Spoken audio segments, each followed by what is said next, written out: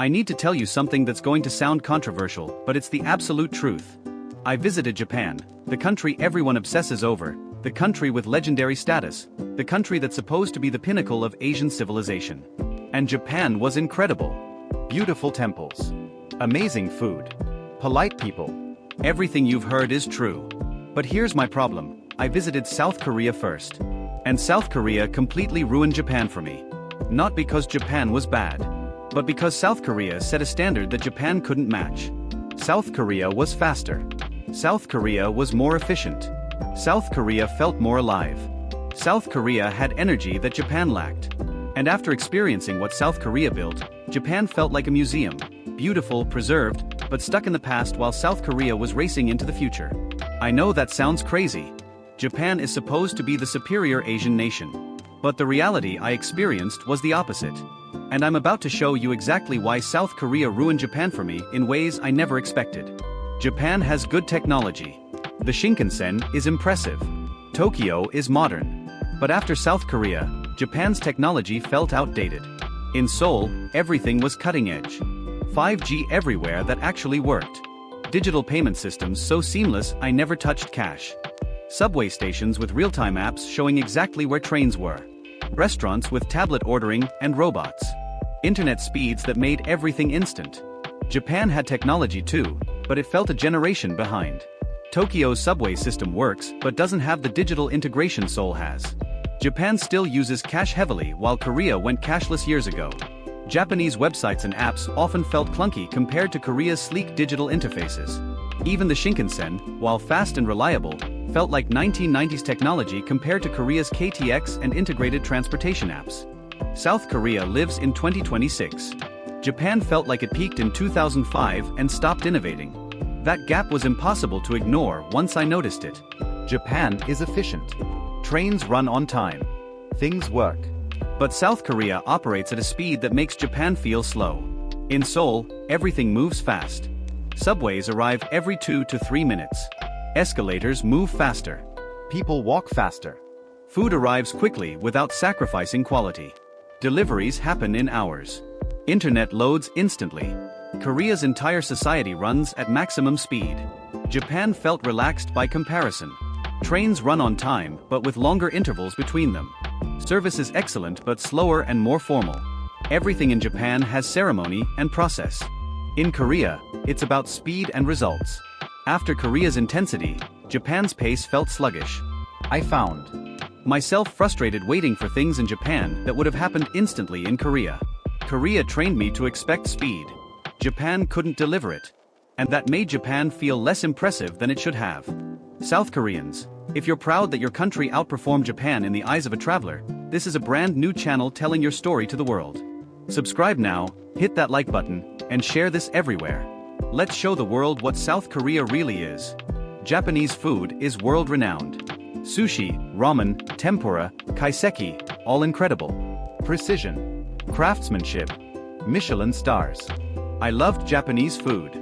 But Korean food had something Japanese food lacked: fire and intensity. Korean barbecue, kimchi, tteokbokki, Korean fried chicken, spicy stews, banchan spreads. Korean food is bold, aggressive, and unapologetically flavorful. Japanese food is delicate and refined. Korean food punches you in the face with flavor and you love it. Japanese dining is often quiet and formal. Korean dining is loud, communal, and energetic. You grill your own meat. You share banchan. You drink soju and laugh with friends. After experiencing Korean food's intensity and energy, Japanese food felt almost timid. Beautiful, yes. But lacking the boldness Korea delivered. I appreciated Japanese food's artistry. But I craved Korean food's energy. Korea ruined Japanese food for me by showing me what food could be when it stops being polite and starts being exciting. Japan has deep culture. Temples. Ceremonies. Traditional arts. All preserved beautifully. But it felt like culture in a museum, respected, protected, but not alive. South Korea's culture is alive and exploding. K-pop dominates globally. K-dramas are Netflix's biggest hits. Korean fashion influences Paris and Milan. Korean beauty products set global trends. Korea's culture isn't preserved behind glass, it's being created right now and exported worldwide. Japan's cultural glory is in the past. samurai, geisha, Studio Ghibli. Korea's cultural glory is happening today. BTS, Blackpink, Squid Game, Parasite.